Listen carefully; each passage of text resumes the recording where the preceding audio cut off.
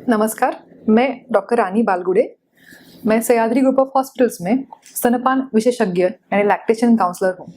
ये वीडियो जो होगा, ये टॉपिक हमारा है ब्रेस्ट फीडिंग में आने वाली प्रॉब्लम्स कि जो मोस्ट कॉमन प्रॉब्लम्स है जो मदर्स हमारे पास लेके आती हैं, उनके बारे में हम अभी बात करेंगे।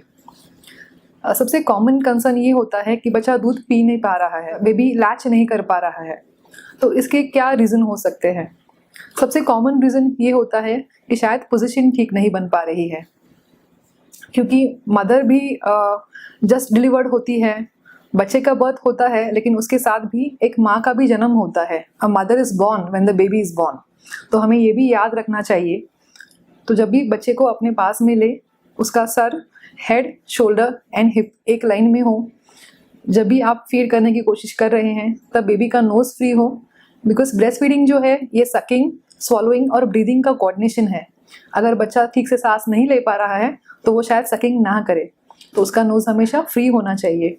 अगर आपको पोजिशनिंग की कोई डिफ़िकल्टी लगती है तो आपको क्रॉस क्रेडल होल्ड हेल्प करेगी। अगर आप उल्टे हाथ से बेबी को पकड़ते हैं या फिर फुटबॉल होल्ड में पकड़ते हैं तो ज़्यादा हेल्प होगी। दूसरा एक कॉमन कारण ये होता है फीड ना कर पाने का कि शायद मदर को फ्लैट निपल्स है, फ्लैट है या फिर इन्वर्टेड है। तो इसके लिए हम क्या कर सकते हैं? तो अगर हमने क्रॉस क्रेडल होल्ड ट्राई किया है और फुटबॉल भी ट्राई किया है फ्लैट निपल्स के साथ, और फिर भी बेबी अगर लैच नहीं कर पा रहा है, तो फिर शायद आपको निपल शील्ड की ज़रूरत पड़े। निपल शील्ड एक प्लास्टिक का शील्ड होता है, सिलिकॉन का होता है, जो आपको यूज़ करना होता है एक स्पेसिफिक टेक्निक से, जो आपके लैक्टेशन काउंसलर आपकी मदद करेंगे लगाने में। ये आपको टेम्परेरी यूज़ करना होता है एक आध हफ्ते के लिए। वो लगाने के बाद बच्चा आसानी से दूध पी पाता है। एक हफ्ते के बाद फिर आपको उसको वीन ऑफ करना चाहिए। धीरे धीरे ट्राई करना चाहिए कि बिना शील्ड के भी बेबी दूध पी पाए।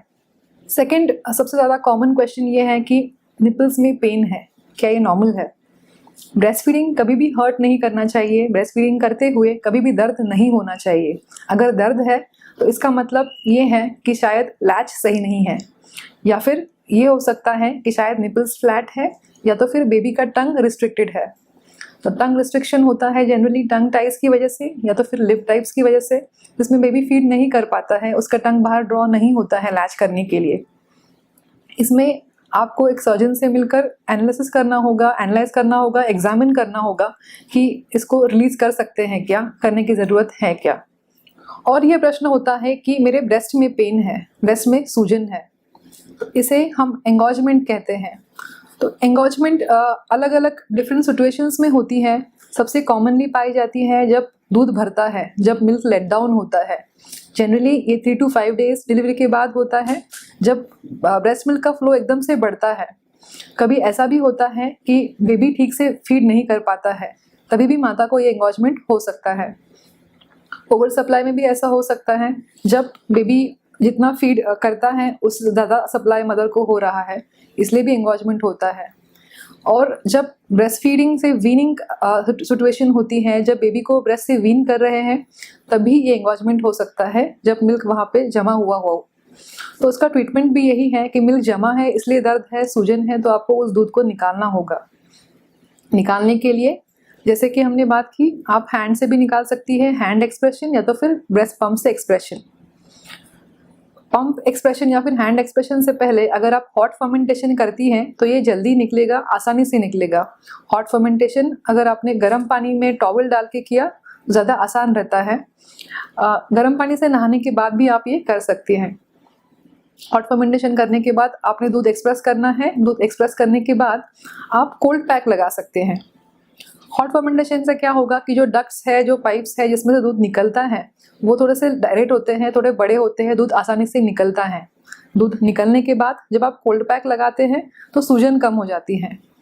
कोल्ड पैक लगाने के लिए आप बर्फ़ लगा सकते हैं, लेकिन कपड़े में लपेट के, या तो फिर आप फ्रोज़न ग्रीन पीस भी लगा सकते हैं, या तो फिर फ्रोज़न कैबेज भी लगा सकते हैं। जो पत्ता गोभी होता है ये फ्रिज में रखने के बाद आप यूज़ कर सकती हैं आपके ब्रा के अंदर, जिससे सूजन जल्दी कम हो जाए।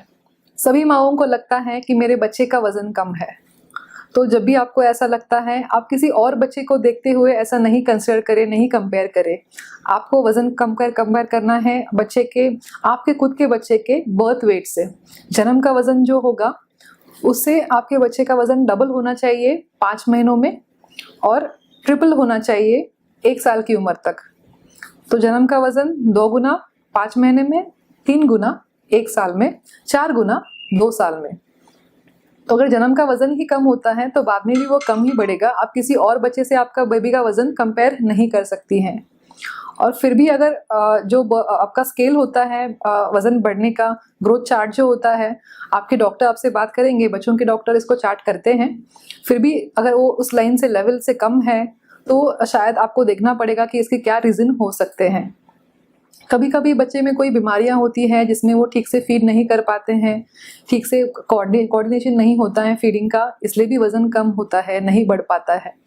तो अगर आपके पीडियाट्रिशियन आपको कहते हैं कि ये कोई रीज़न नहीं है या फिर बच्चा सब स्वस्थ है, कोई और प्रॉब्लम नहीं है, तो शायद आपका फीडिंग फ्रीक्वेंसी सही नहीं है।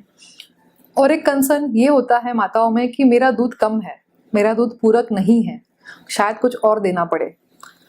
तो जब भी हम बेबी को देखते हैं, अगर उसका यूरिन फ्रीक्वेंसी सही है, अगर वो 6 बार यूरिन कर रहा है 24 आवर्स में, अगर उसका वजन बढ़ रहा है, तो इसका मतलब आपका दूध एडिक्वेट है।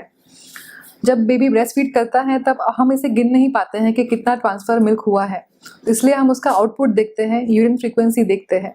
अगर उसका यूरिन आउटपुट सही है, अगर उसका वजन बढ़ रहा है, तो आपका मिल्क ब्रेस्ट फीडिंग सही है, तो उसमें कोई प्रॉब्लम नहीं है। फिर भी आपको लगता है उसका वजन में प्रॉब्लम आ रही है, तो आपके पीडियाट्रिशियन से बात करें, बेबी को एग्जामिन कराएं।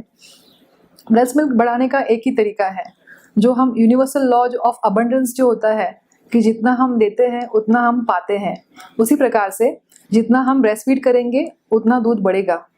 जितना बेबी लैच करेगा, सकल करेगा, उतना स्टिमुलेशन होगा और उतने आपके सिक्रीशंस बढ़ेंगे। जितना फ्रीक्वेंटली आप फीड करोगे उतना फ्रीक्वेंटली आपका मिल्क बनेगा, नया बनेगा, बार बार बनेगा। तो इसलिए आप ब्रेस्ट फीड करें। अगर ऐसी कोई कंडीशन है जिसमें बेबी ब्रेस्ट फीड नहीं कर पा रहा है, बेबी छोटा है, प्रीमेच्योर है, एनआईसीयू में है, कहीं और है, तो आपको सप्लाई मेंटेन करने के लिए आपका मिल्क एक्सप्रेस करना होगा उसी फ्रीक्वेंसी में जिस फ्रीक्वेंसी में बेबी फीड कर रहा है। इसका मतलब आपको हर 2-3 घंटे में मिल्क निकालना ज़रूरी है, तभी आपका मिल्क बढ़ेगा। ऐसी कोई मेडिसिन भी होती हैं जो आपको ब्रेस्ट मिल्क सिक्रीशन स्टिमुलेट करेंगी, इसके लिए आप अपने लैक्टेशन एक्सपर्ट से बात कीजिए। आज हमने स्तनपान में आने वाली कठिनाइयों के बारे में सुना, जो प्रॉब्लम्स है वो डिस्कस की हैं। अगर आपको वीडियो अच्छा लगता है तो लाइक कीजिए। अगर कोई प्रॉब्लम है, आपकी कोई प्रश्न है, तो कमेंट्स में टाइप कीजिए। हम कोशिश करेंगे कि हम उसे आंसर करें। धन्यवाद।